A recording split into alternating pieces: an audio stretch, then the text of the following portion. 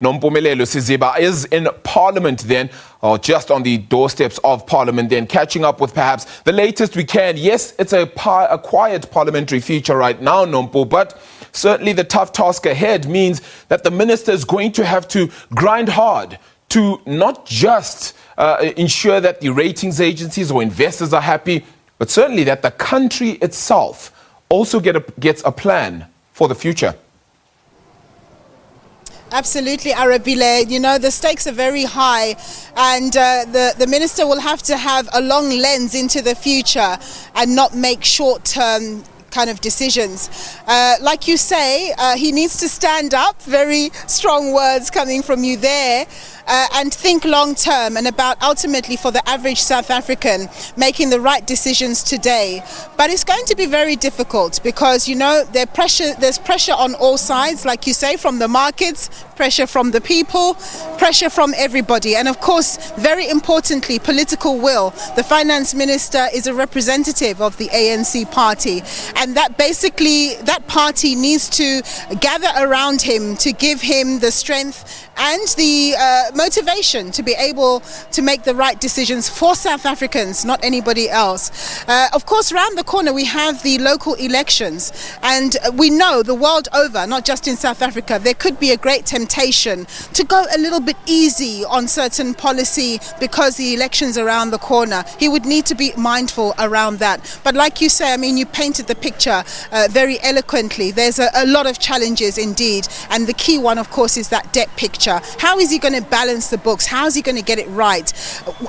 At what point are we going to see revenue pick up again? Because of course we know that the economy has been very hard hit. Businesses have shut down. Businesses that are operating again are still trying to get back to normal, and they're not getting the kind of revenues and the profits that they were making before.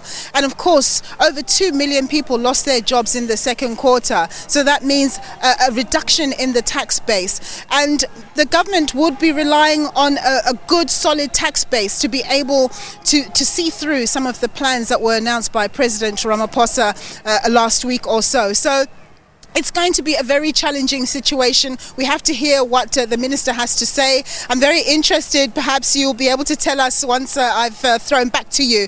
You'll be able to throw back to us and tell us what's happening in terms of the market reaction, how the rand is doing, because I'm sure right now markets are watching this very closely indeed. It is an inflection point for the country, and come February,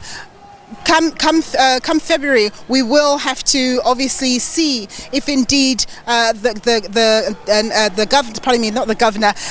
minister will be able to find funds to fund some of the things that are on the agenda. We know that he did mention in the supplementary budget, for example, that government would be looking for 40 billion rand over the next 4 years. Where will they get that from?